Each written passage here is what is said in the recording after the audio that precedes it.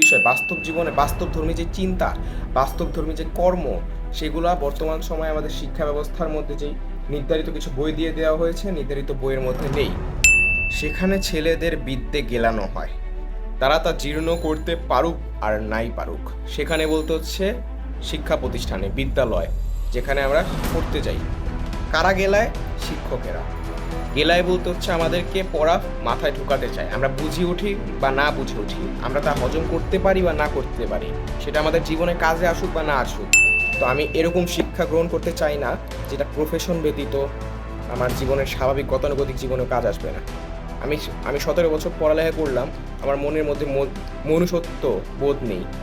এখন এই মনুষ্যত্ব বোধ নাই কেন, এটা সমাজের কাছে দায়বদ্ধ থাকবে সবাই। আর এখানে ভাই বাংলাদেশে মানুষ না খেয়ে মারা যাচ্ছে, আর আমি এই সকল ডিপ বিষয় নিয়ে স্টাডি করতেছি। কিন্তু আমি জানি না কিভাবে একজন দরিদ্রর সাথে কথা বলতে হয়, আমি জানি না কিভাবে পেশাভেদে মানুষের সাথে কমিউনিকেট করতে হয়, কিভাবে একজন রিক্সাওয়ালার সাথে কথা বলতে হয়, কিভাবে একজন সিএনজিওয়ালার সাথে কথা বলতে হয়, কিভাবে একজন বাস ড্রাইভারের সাথে কথা বলতে হয়, কিভাবে একজন শিক্ষকের সাথে কথা বলতে হয়, কিভাবে আমাদের মা বাবার এবং প্রতিবেশীদের সাথে আচরণ করতে হয়। এগুলো আমাদের আমাদের যে প্রকৃত শিক্ষা, যেগুলো বাস্তব জীবনে কাজে লাগবে, সেই শিক্ষাগুলোকে সেই শিক্ষাগুলো আজ আমাদের পাঠ্যপুস্তকের মুখ্য বিষয় না। আমাদের পাঠ্যপুস্তকের মুখ্য বিষয় হচ্ছে যে যে সকল শিক্ষা বা যে সকল জ্ঞান শুধুমাত্র পাঠ্যপুস্তকে সীমাবদ্ধ থাকবে।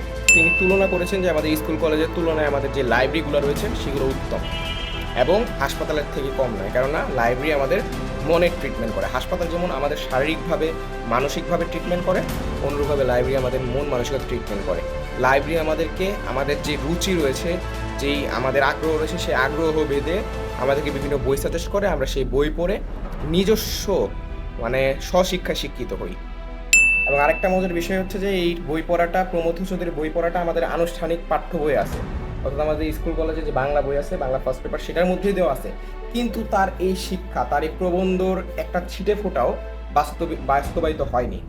সর্বোপরি এটার সমাধান যদি বলি, সম্ভাব্য সমাধান এটাই যে এই যে বিষয়গুলো মাইটোকন্ড্রিয়া আরও যত কিছু আছে বায়োলজির মধ্যেও, ফিজিক্স কেমিস্ট্রি, আরও ফিজিক্সের গতি বল, এই নিউটনের 3টা সূত্র, তারপর বর্তনীয় চলবিদ্যুৎ, এগুলো হচ্ছে ভেতরকার বিষয়। এর পূর্বে যে বেসিক ম্যানার্স, বেসিক কথোপকথন, কিভাবে মানুষের সাথে কথোপকথন করতে হয় পেশাভেদে, নর্মাল বেসিকগুলো আগে শিখিয়ে আমাদেরকে জনশক্তিতে রূপান্তর করতে হবে। তারপর গিয়ে এই ডিপ বিষয়গুলা, কোষের ভিতরে কি থাকে না থাকে। আমার পাশে একজন মানুষ না খেয়ে মারা যাচ্ছে, আর আমি কোষের ভিতরে কি থাকে তার পাশে বসে বসে পড়বো।